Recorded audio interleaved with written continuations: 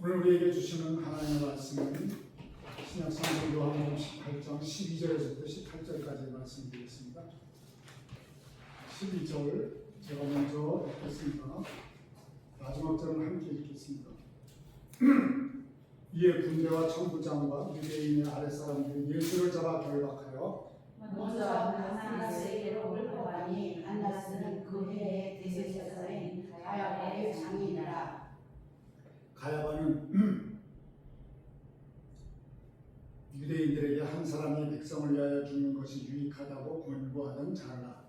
시몬 베드로와 또 다른 제자 한 사람이 예수를 따르니 이 제자는 대제사장과 아는 사람이라. 예수와 함께 대제사장의 집들에 들어가고 베드로는 문 밖에 서 있는지라 대제사장을 아는 그 다른 제자가 나가서 문 지키는 여자에게 말하여 베드로를 데리고 들어오니 문지키는 여종이 그에게 말하되 너도 이 사람의 제자 중 하나가 아니냐. 이니 그가 말하되 나는 아니라 하고 그때가 추운 곳으로 종과 아랫 사람들이 불을 피우고 서서 쬐니 베드로도 함께 서서 쬐더라. 아멘. 하나님의 말씀입니다.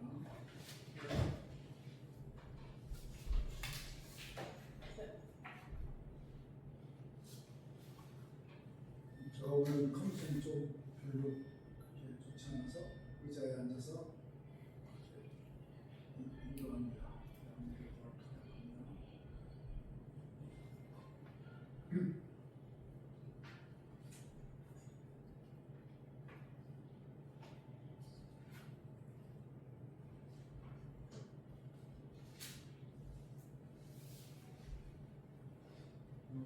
여러분 오늘 본문은 이제 우리가 잘 아는 베드로라고 하는 인물을 중심으로 계속 이 사건이 전개가 되는데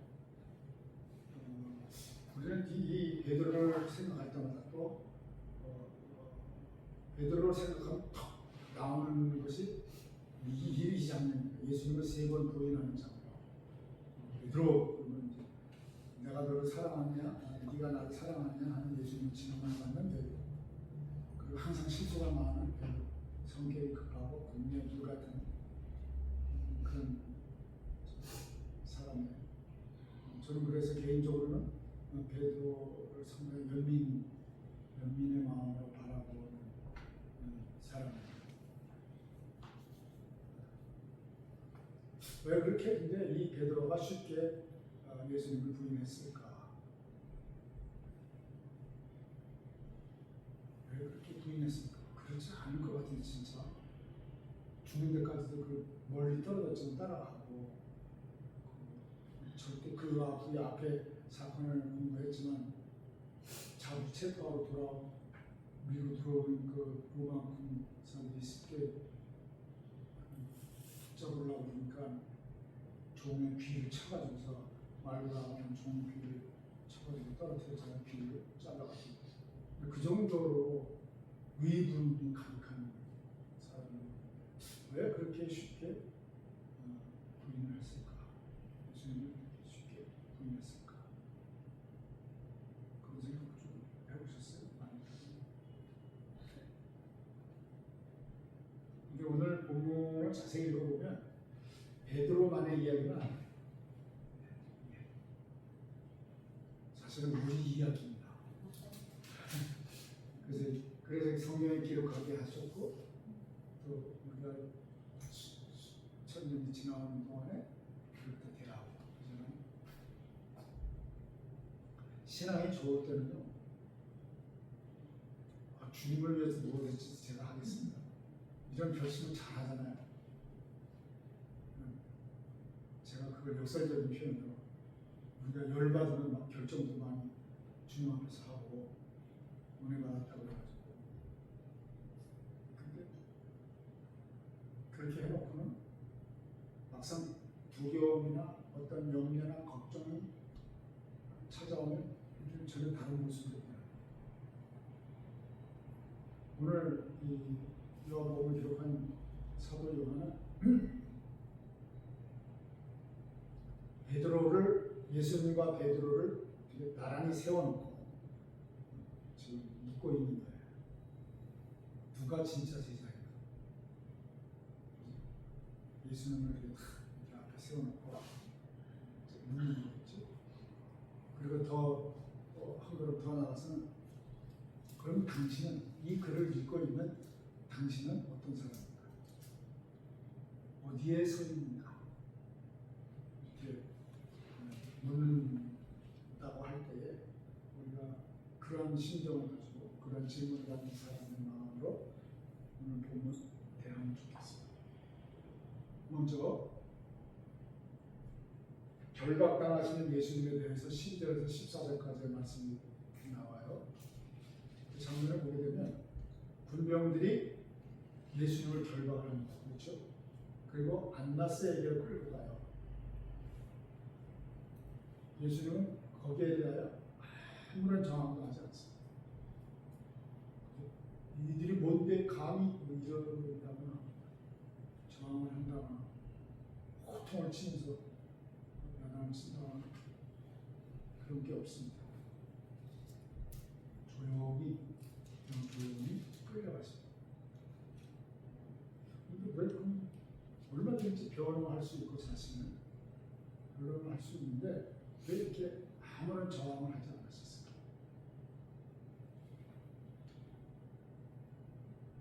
왜 그러셨을까?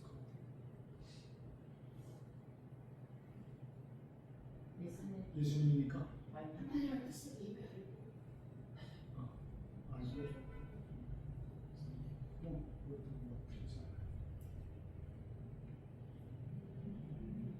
예수님은 지금 이 자리까지 오기까지 거의 이제 3년이 됐잖아요. 오기까지 그동안에 그 공생의 사역 내내 예수님께서 많은 사람들 앞에서 능력을 보여주시잖아요. 이게 보통 능력이 아니잖아요. 5,000명을 떡 5개, 물고기 2마리로 먹고, 그러니까 그 남자만 5,000명인가 한 2만 명 됐겠죠. 그걸 다 먹이시고, 7병이어도 있고, 그때는 4,000명 먹였잖아요. 또 모든 질병, 그 당시에 사람의 능력으로서는 도저히 고칠 수 없는 그런 병자들을 다 고쳐주셨어요. 장염을 눈뜨게 하고, 전림발을 일으키고, 나면서부터 걷지 못하는 사람을 일으키고, 귀신을 쫓아내고, 심지어 죽은 사람 살려내는 것까지 그 일을 하고 그 어마어마한 능력이 있는데, 근데 그런 능력을 하나도 이때부터는 아무것도 안 했어요. 그래서 묵묵히 끌려갔습니다.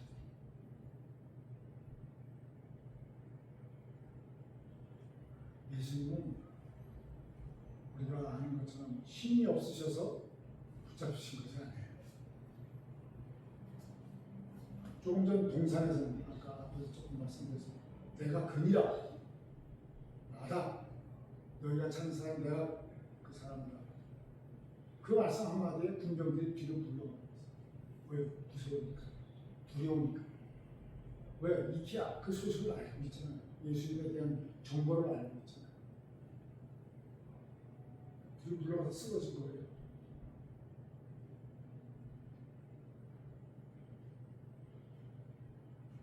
그러니까 권세가 없으신 분이 아니에요. 그런데 예수님은 주님께서 스스로 말씀하신 것처럼 아버지께서 주신 잔을 마시기 위하여 스스로 결박당한 거예요. 아버지께서 마시라고 주신 예수님께 주신 그 잔, 그 십자가잖아요. 그거를 마시기 위해서 감당하시기 위하여 스스로 결박당하신 거예요. 주님의 하나님의 뜻을 이루기 위해서.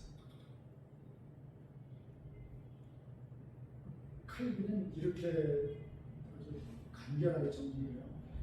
그리스도는 묶이심으로 우리를 자유롭게 하신다. 그리스도 당신이 묶이심으로 우리를 자유하게 하신다.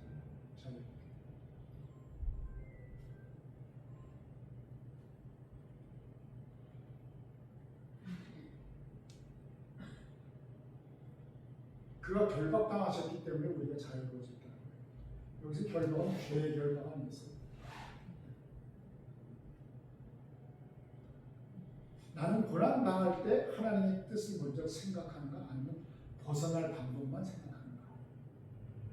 이 부분에서 우리가 생각할 수 있겠죠. 내가 고난을 당할 때 하나님, 이 고난이 하나님께서 허락하신 거라면 그래서 하나님께서는 이 일을 통하여 원하시는 것이 무엇일까? 내가 조종해야 될 것이 무엇일까? 그런 생각을 해야 된다는 거죠. 그 고난 때문에 아우성치고 왜 나에게 이런 고난 이주고 발버둥 치고 몸부림 치고 난리를 치지 말고 사람에게 가서 떠들고 그러지 말고 이 고난을 그냥 치워만 달라고 그냥 막 우리도 물고 짖게 아니라 우리 믿는 사람들은 다 하나님께서 허락하셨기 때문에 그 일을 만나게 하신 거고요. 그를 겪게 하신 거거든요. 그러니까 하나님께서는 어떤 의도가 있다는 나를 향하신 하나님의 뜻이 있다는 하나님의 뜻이라는 거 있잖아요. 여러분 하나님의 뜻이라는 걸 우리 많이 사용하잖아요. 그런데 우리는요 가만히 종종 그 얘기하는 걸 들어보면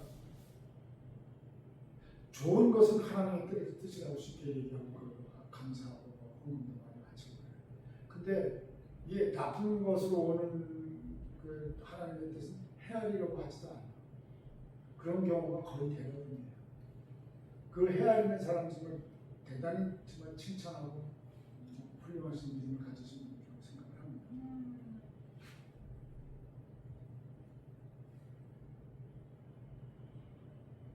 우리가 그 고난을 벗어날 방법만 찾는 것이 아니라 그 속에서 하나님께서 이 고난을 나에게 맞닥뜨리게 하신 것에는 하나님의 분명한 뜻이 있으시다 하는 것을 찾아야 할 것입니다. 두 번째로는 우리 이 장면에서 멀리서 따라가는 베드로를 볼 수 있어요. 멀리서 따라가는 베드로. 15절에서 16절 말씀이잖아요. 그 장면이 베드로는요 그때 도망가지 않았습니다. 떨어져 있지만 도망가지 않고 예수님을 따라가요. 그죠? 이렇게 저기서 이렇게 보면서 어느 영화 보니까 그 이제 그 궁정에 그 안나스에게 갔다고 했잖아요. 거기 들어가면 그 권세 있는 자들이 철창 같은 놈들이 울타리처럼 이렇게 돼 있어요. 그 밖에서 보면 따라가면서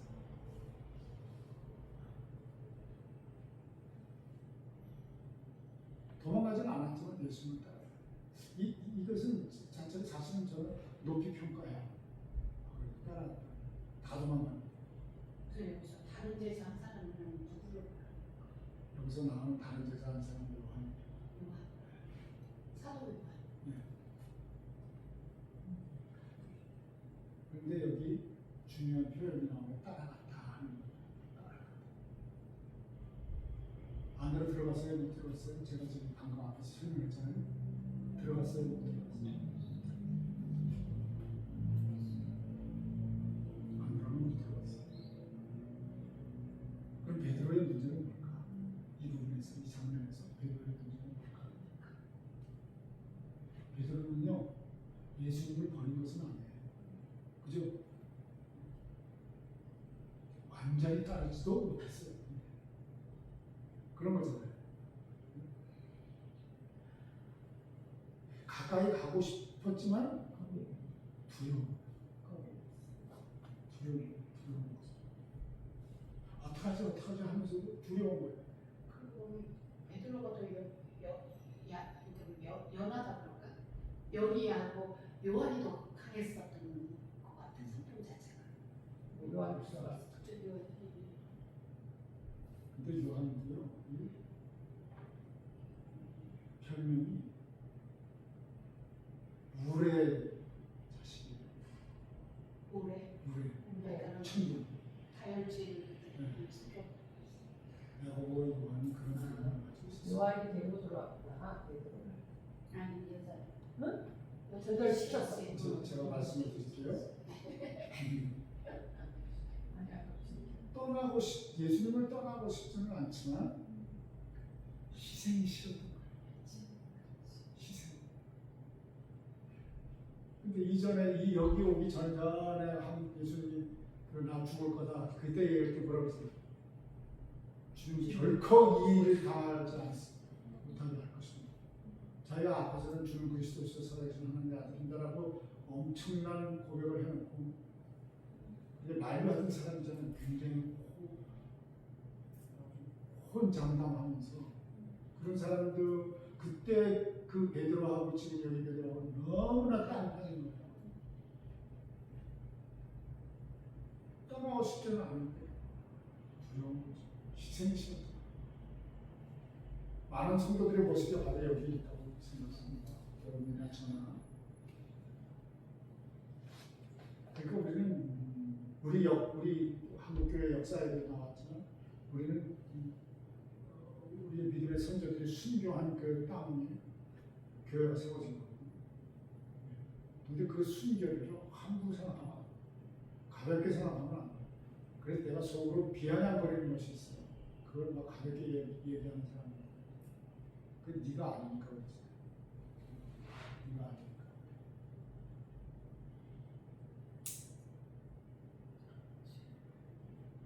박영선 목사님, 유명한 박영선 목사님 이렇게, 베드로는 예수님을 사랑했지만 자기 자신도 놓지 못했다. 아주 인간적인 정확한 해석을 했어요. 예수님을 사랑했지만 자기 자신도 놓지는 못했다. 나야 되는 거죠. 예수님 따르면 다 버리라고 했죠. 자신을 부인하고 따르라고 다 했다. 그 말씀을 근거로 지금 이렇게 정리를 하신 거예요. 우리는 예수님을 따르는 사람들인가? 따르는 사람들이죠. 근데 적당한 거리만 유지하고 있느냐? 그것도 생각해요. 따르는데 적당한 거리를 두고 따르는 사람. 나는 희생이 싫고 뭐 하는 것은 그런 건 뭐 다른 사람들이 하는 거고, 난 복잡한데 거기에 뭐 키기가 싫어. 이런 건 어때요? 그게 안 되는 거예요. 여러분, 혼자 신앙생활하면 잘할 것 같아요. 교회라는 이름이 원래 복수예요. 복수예요. 왜 복수를 보실까?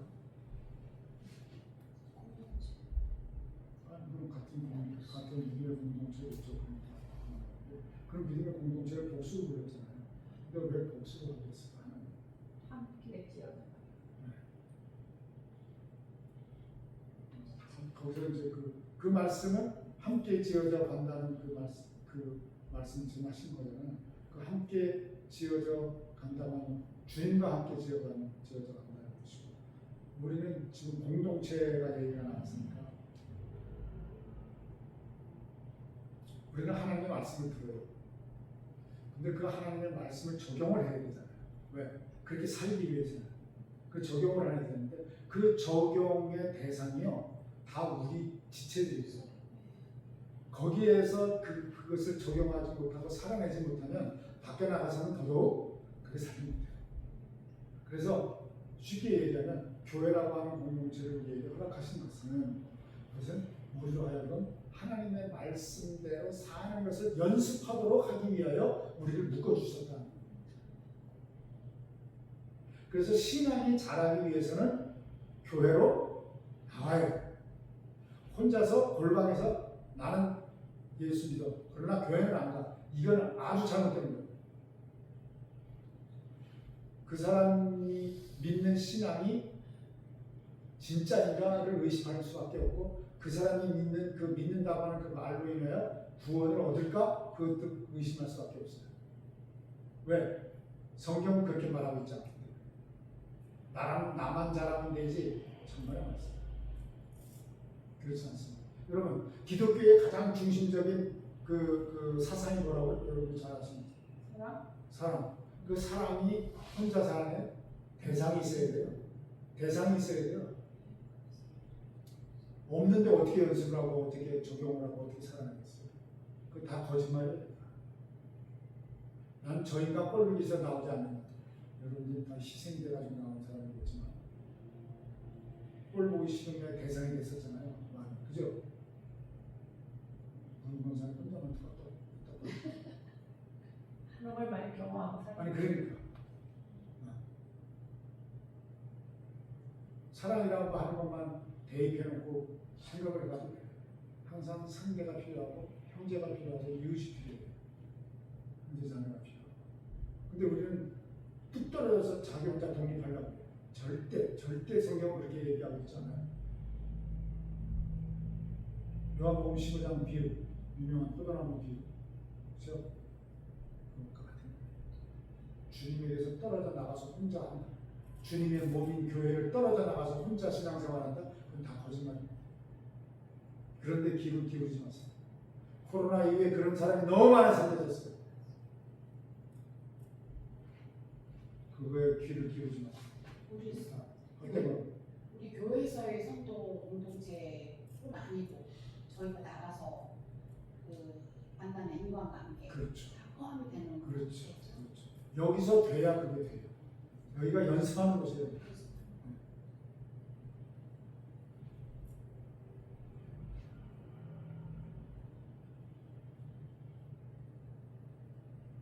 세 번째로 우리가 한번 더 생각해볼 건 17절에서 마지막 18절 같은데 불가 앞에 서 있는 베드로예요. 불가 앞에 손이 쉬우니까 추우니까 불가 앞에 선 베드로 관한 장면.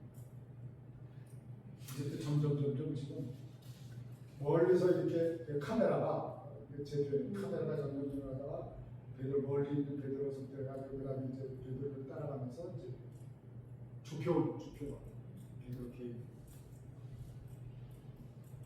긴장이 더 고조되고 배경음악이 있으면 다른 음악이 흐르겠죠. 문지키는 여종이 물어요. 여자가 너도 이 사람의 당신도 이 사람의 제자 중 하나가 아닙니까? 이렇게 물어보잖아. 이거는 그냥 긍정하는 물음이에요. 의심하는 거죠. 그럼 어떻게 해요? 당신도 이 사람의 제자 아니에요? 이렇게 물었겠지. 그죠? 이건 그렇다고 해서 엄청난 위협은 아니에요. 확인하는 차원에서 물을 수 있잖아요. 당신도 이 사람 제자 아닌가요?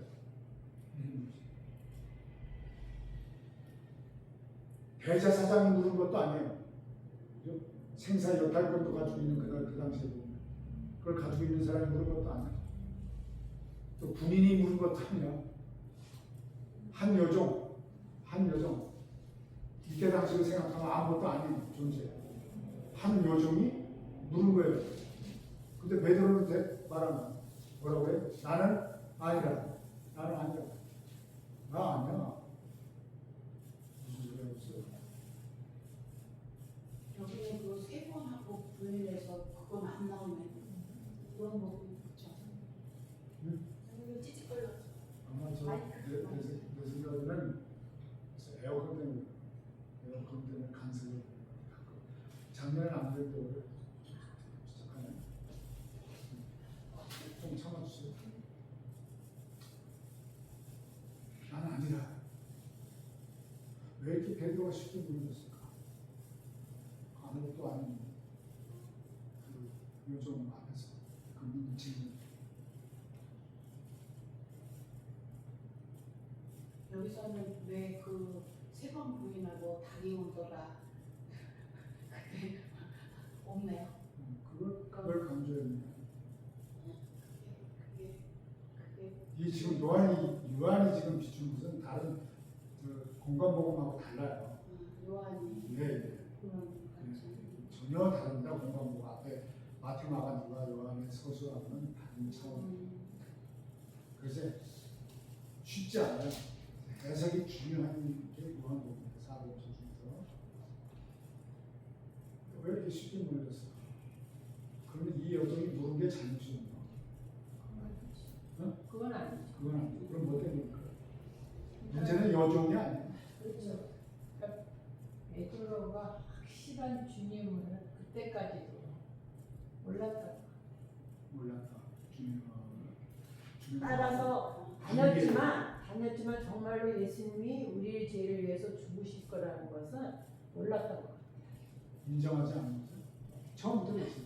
앞에서 내가 죽을 거다 앞으로. 그때 나가잖아요. 그러니까 없기 있을 수가 때문에 없는 일. 네, 그런 게 없어가지고 여기까지는 따라왔는데 그냥 혹시나 해서 체포될 때서부터 놀라지 않았겠어요. 네, 그러니까 혹시나 해서 이렇게 왔는데 예수님이 완전히 이제 잡혀서 이렇게 가니까 그땐 두려웠던 것이. 무력한 선생.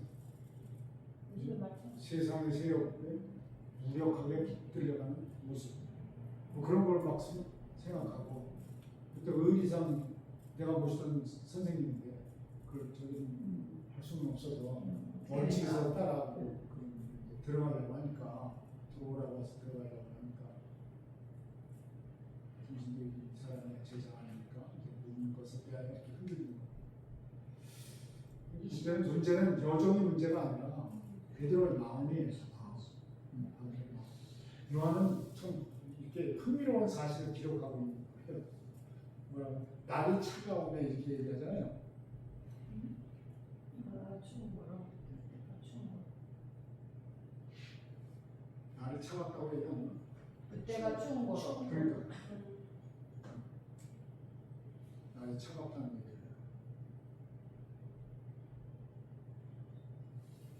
그리고 날이 차가우니까 어떻게 해요? 불을 쬐더라고요. 근동ጭ방이니까 밤이 되면 춥잖아요. 춥다고 그래야 되나? 아까 같은데. 불을 쬐요. 지금 베드로는 어디에 있는 거예요? 예수님 곁에 있는 것이 아니에요. 그죠? 그러다가 세상 사람들이 만들어 놓은 불가 곁에 있는 거예요.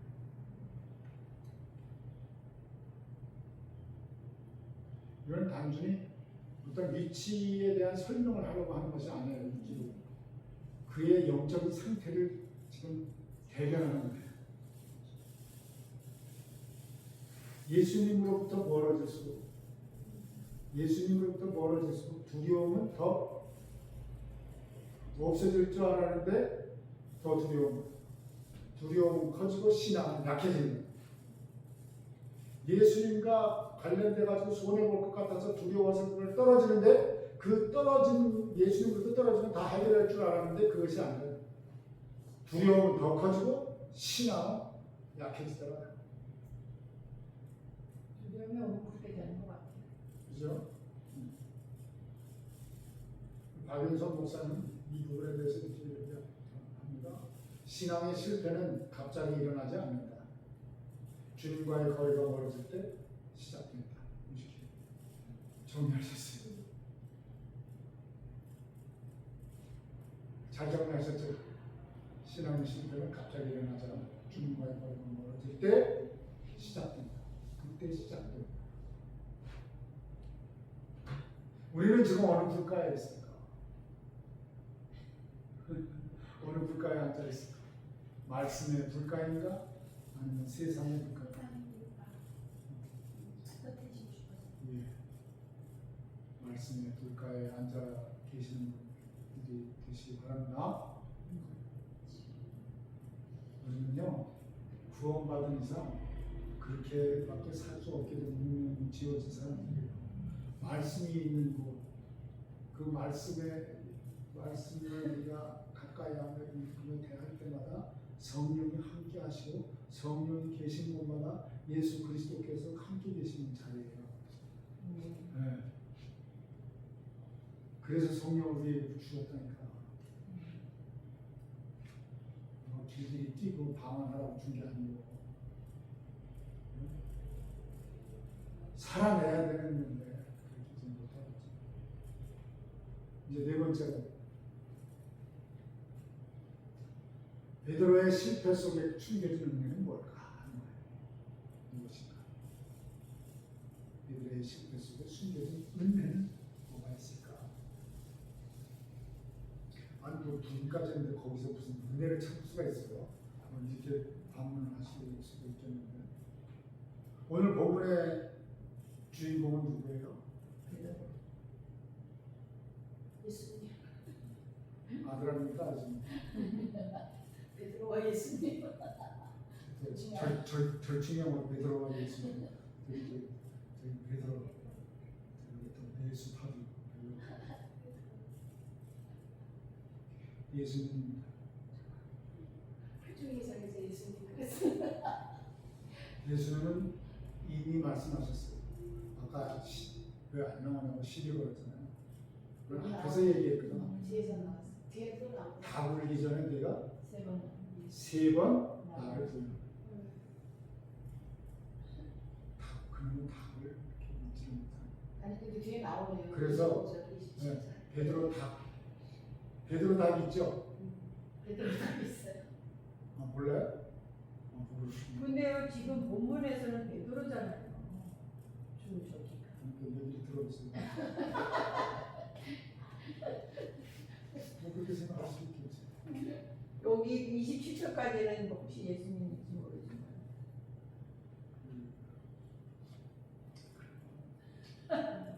베드로 답 몰라요? 이제 해외여행 안 다녀보셨어요? 이거? 네? 베드로다? 베드로 답. 교회마다 닭이 올라가 있는 거 보셨어요? 교회 천통에 십자가에. 진짜? 그 베드로 답을 상징하는 거예요. 그 왜 그렇게 했어? 답을 이전에 너를 부인했다. 그러니까 부인하지 마라. 그리고 베드로를 생각하면서 신앙생활을 하라. 그런 교훈에 함축되어 있는 그런 거 꽤 있어요. 우리는 우리 교회만 알죠. 참 보셨나요? 그런 거 보면 참 그런 거 보면 우리나라 사람들은 지금 달린 달라. 시야가 넓지 못해. 우리가 제일 잘 믿고 우리가 제일 세계적으로 실력은 아무것도 없으면서 세계적으로 우리는 어쩌고 그 얘기 많이 갖다 놓지. 열정은 제일 있는 것 같아요. 열정만 있으면 뭐 열정이 제일 무서운 거예요. 옳지 않은데 열정이 있으면 그건 망하는 조직이 되지. 열정은요 나라가 세워주게 돼 있어요. 내가 자생하는 게 아니라 열정은 외부에서 그걸 세워주는 거예요. 문제는 내가 가지고 있는 실력이 뭐냐. 그래서 나치 히틀러가 인재를 모을 때 어떻게 한다고 실력 있는 자만 상관없이 사상과 상관없이 실력 있는 사람만 모았어요. 사상은 만들어주는데 그 실력을 사상에 맞게 사용할 수 있도록 불어넣어 주는 겁니다. 그러니까 우리는 성령을 예수 믿어 성령을 받아야 돼요.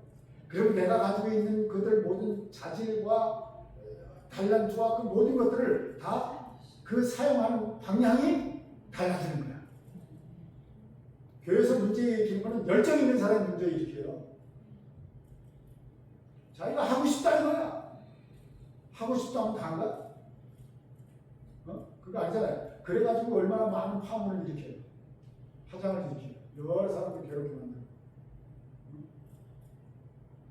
권사님은 왜 그렇게 해? 이런 소리만 하고. 아니. 이제 다 올리 전에 내가 세운 나를 부인하라 미리 말씀하셨잖아요. 주님께서는 이 말씀을 하실 때 이미 뭘 아는 거예요? 베드로가 부인할 것을 아신 거라니까. 아신 거예요. 그러니까 베드로가 막 그렇게 나서고 막 아닙니다, 뭐 피 자르고 뭐 절대 그럴 수 없습니다, 뭐 이렇게 얘기를 했을 때 얼마나 불쌍했겠어. 아유, 내가 안다. 더 치근하게 여겼을 것 같아. 그죠?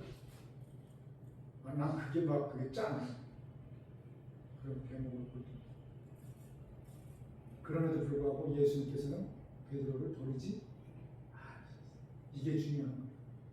그래서 예수님이 주인공이라는 거예요. 이렇게 제가 얘기해서 기분 나쁘지 않으시죠? 예수님이 주인공. 이것이 복음이에요. 네, 이것이 복음이에요. 우리는 우리의 신실함 때문에 구원받는 게 아니에요. 우리가 믿음이 좋기 때문에 구원받는 게 아니라니까. 예수님의 신실함 때문에 구원받는 거예요. 신실한 나를 향하신 예수님의 신실함, 하나님의 신실하심, 그것 때문에 우리가 구원을 받은 것이지 우리의 믿어서 구원 얻었다고 예수님 믿으면 구원 얻는다 그러니까 내가 믿었기 때문에 구원 얻는다고 큰 소리를 치는데 그게 아니라니까요. 나의 이 모양 저 모양 예수 믿는 것 같아 어떤 때 예수 믿는 것 같아 놀고 그러는 게 얼마나 수타가 많았어요 우리 인생에. 그럼에도 불구하고 나를 놓치지 않고 포기하지 않으시고 지금까지 이끌어오고 보도만 않으시고 끌어안고 그렇게 오셨기 때문에 내가 지금 존재하고 그런 거 아니에요. 나의 모자라기 그지없는 나를 그래도 믿음을 성장시키시고 하늘을 기다려주시고 또 말씀하시고 또 말씀하시고 그래도 또 하나님께서 은혜를 보셔서 말씀을 듣는 자를 자주 오게 하시고 이렇게 해서 나를 빚어가시는 그 하나님의 신실하신 은혜가 있었기 때문에 내가 지금도 존재하는 것이 아니냐. 존 타이퍼 목사님, 내가 좋아하는 할아버지 목사님이라고 했어요. 우리의 소망은 우리가 주님을 붙드는 힘이 아니라 주님께서 우리를 붙드시는 은혜에 있다 이렇게 얘기했어요. 너무 멋있어. 나 이거 이거 읽으면서 내가 울었어. 우리의 소망은 우리가 주님을 붙드는 힘이 아니라 주님께서 우리를 붙드시는 은혜에 있다.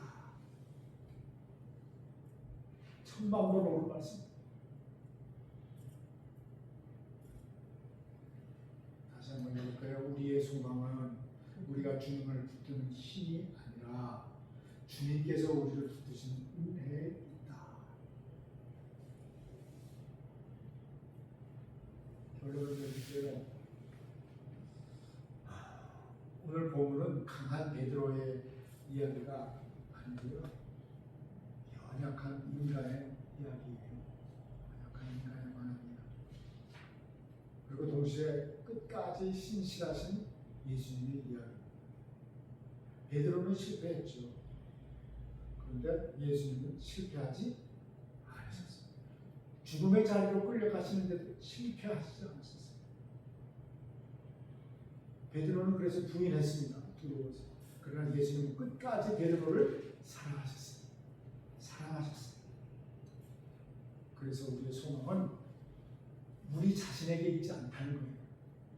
절대 우리에게 근거가 없다니까. 우리 자신에게 있지 않습니다. 주님께 있습니다. 온통 주님께 있습니다. 마지막으로 질문할게요. 나는 지금 예수님 곁에 서 있는가? 아니면 세상 불가 곁에 서 있는가? 그걸 확인하시면서 우리부터 견고히 하면서 주님을 따르는 주의 백성이 되시기를 축원합니다. 기도합시다.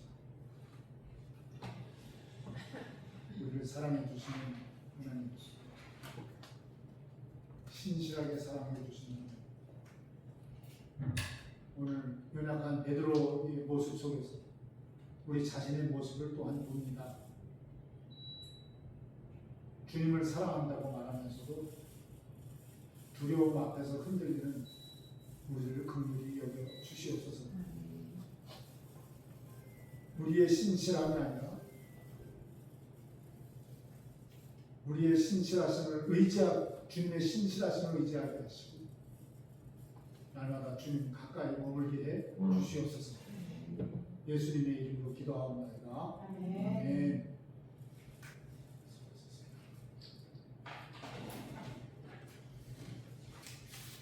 제가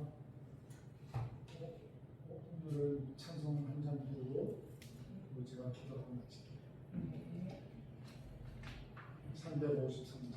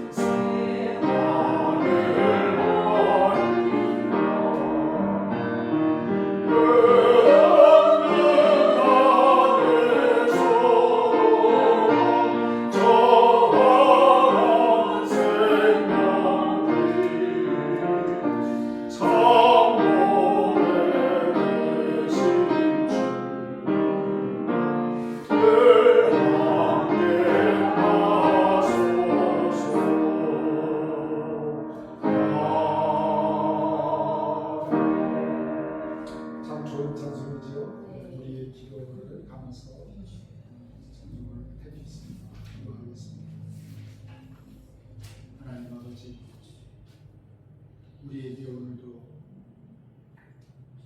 은혜를 베풀어 주셔서 우리를 향하신 하나님의 신실한 사랑을 깨닫게 되었습니다. 우리는 주님을 따르고 믿는다고 하면서도 우리의 넘어지기 쉬운 속성 때문에 세상이 즐겨하는 그 마음 때문에 주님을 멀리서 따라가기도 하고 따라가나 사람들의 말이 두려워서 뒤로 물러설 때가 많았던 저희들을 주님 앞에 고백합니다. 주여 우리의 연약함을 불쌍히 여겨주시사 날마다 성령으로 우리로 하여금 주님의 음성으로 듣게 하시고 주님을 안타까운 마음으로 연약한 마음으로 주님 앞에 통회하는 마음으로 나올 때가 많이 있사오니 주님이여 탕자를 맞이하여 주시 우리를 주님의 그 따뜻한 품으로 껴안아 주시기를 원합니다. 그래서 예수 그리스도를 통해서만 우리가 받을 수 있는 하늘의 참된 평안을 받아 누리게 해 주시옵소서. 그 은혜에 감격하는 마음으로 우리가 이 세상에 허락된 시간을 살아내게 하여 주시기를 원합니다. 그러기에 우리는 날마다 성령을 구할 수밖에 없고 성령의 도우심을 우리가 주님 앞에 매달려 기도할 수밖에 없습니다.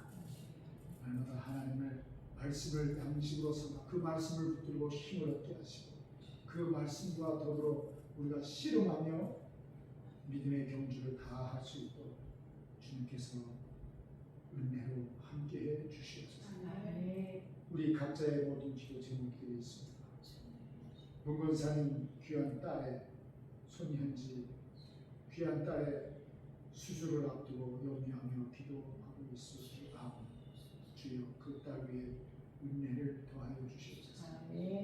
이 모든 어려운 고난, 어려운 고통 속에서 부르짖듯이 주님 앞에 엎드려 기도하는 소리를 들어주시고 이 일을 통하여 하나님께 더 가까이 주님께 찰싹 붙어서 신뢰하며 의지하는 그런 굳건한 믿음을 허락하여 주시오며 하나님을 향하여 예수 그리스도를 향하여 확신 있는 믿음을 소유할 수 있도록 주님께서 은혜를 베풀어 주시기를 원합니다. 그리고 우리 수원 김경수 원사님 사랑하는 아들 이민군 대상포진 때문에 어려움을 겪고 있습니다. 주여 그의 마음대로 할 수 없는 고통스러운 순간을 지나고 있습니다. 그럴 때 주님의 이름을 부르게 하시고 그 연약한 손을 들어 주님께서 내 손을 잡아주시기를 바라는 기도를 얻게 하시고 그 인생 속에서 예수님을 새롭게 만나 주님을 참되게 예배하는 청년으로 세워주시기를 원합니다. 그래서 부모님이 소유한 그 믿음을 그 유산을 물려받게 하시고 자자손손 대대로 이어가는 하나님의 복된 백성, 택한 백성으로 살아가도록 성령께서 늘 함께 하시고 동행해 주시옵소서. 우리 광주 권사님 그 서울 때문에 마음 아파하면서 기도하고 있습니다. 주님, 우리가 어떻게 지도한다고 되는 것이 아닌 줄 압니다. 성령께서 그 마음을 위로하시고 어루만져 주시고 그 어린 마음을 주님께서 치유하여 주셔서 분노가 사라지게 하시고 격분하는 마음을 주 성령께서 다스려 주셔서 그 어린 마음이 주께서 허락해 주시는 그 참된 평안과 기쁨이 그 마음속에서 싹트게 해주시기를 합니다. 주님께서 끌어안으시고 그 어린 부모를 불쌍히 여겨 주시옵소서. 우리 사랑하는 두 아들 주성민 주영민에 대해서 무엇보다 금보다 더 귀한 믿음을 허락하여 주셔서 말로만이 아니라 어떤 행동, 남에게 보이기 위한 행동이 아니라 오로지 하나님을, 예수 그리스도를, 성령을 1대1로 만나서 체험하게 되는 놀라운 역사를 허락하여 주시옵소서. 그래서 네 하나님을 예배하는 참된 예배자로 서게 하여 주시옵소서.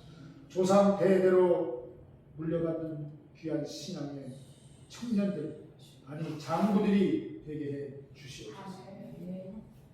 이제는 우리 주 예수 그리스도의 은혜와 하나님의 사랑, 성령의 교통하심 너희 우리와 함께 있을지어다. 아멘.